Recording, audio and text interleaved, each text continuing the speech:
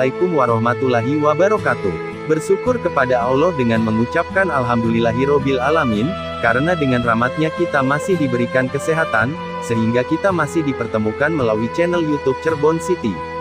Bersolawat kepada junjungan kita Nabi Muhammad Shallallahu Alaihi Wasallam, karena melalui perantara beliau kita dikeluarkan dari alam kegelapan menuju ke alam terang benderang.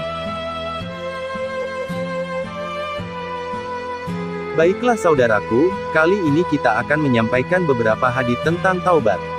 1. Dari Abu Hurairah radhiyallahu anhu. Ia berkata, saya mendengar dari Rasulullah Shallallahu Alaihi Wasallam bersabda, demi Allah, sesungguhnya saya membaca istighfar dan bertaubat kepadanya lebih dari 70 kali setiap hari. Hadits riwayat Bukhari.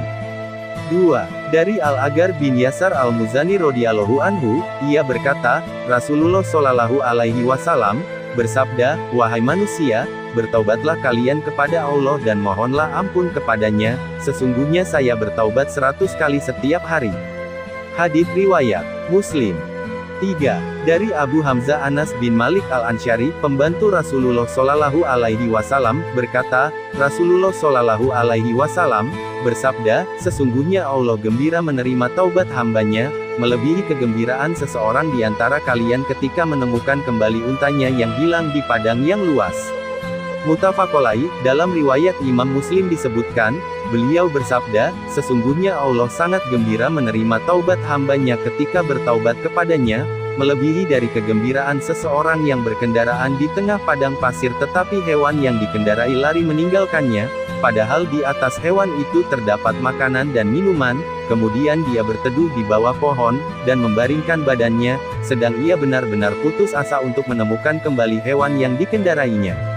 Ketika bangkit, tiba-tiba ia menemukan kembali hewan yang dikendarainya lengkap dengan bekal yang dibawanya, ia pun segera memegang tali kekangnya, seraya berkata karena sangat gembira, ya Allah, Engkau adalah hambaku dan aku adalah Tuhanmu. Ia keliru mengucapkan kalimat itu karena luapan kegembiraannya. 4. Dari Abu Musa Abdullah bin Qais Al-Asy'ari radhiyallahu anhu, dari Nabi Shallallahu Alaihi Wasallam, beliau bersabda, sesungguhnya Allah Ta'ala itu membentangkan tangannya, memberikan kesempatan pada waktu malam, untuk taubat orang yang berbuat dosa pada waktu siang hari. Dan Allah membentangkan tangannya pada waktu siang, untuk taubat orang yang berbuat dosa di malam hari, hingga matahari terbit dari barat. Hadits riwayat Muslim. 5.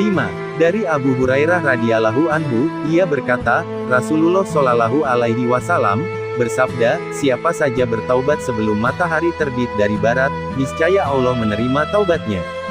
Hadits riwayat Muslim. 6. Dari Abu Abdurrahman Abdullah bin Umar bin Khattab radhiyallahu anhu.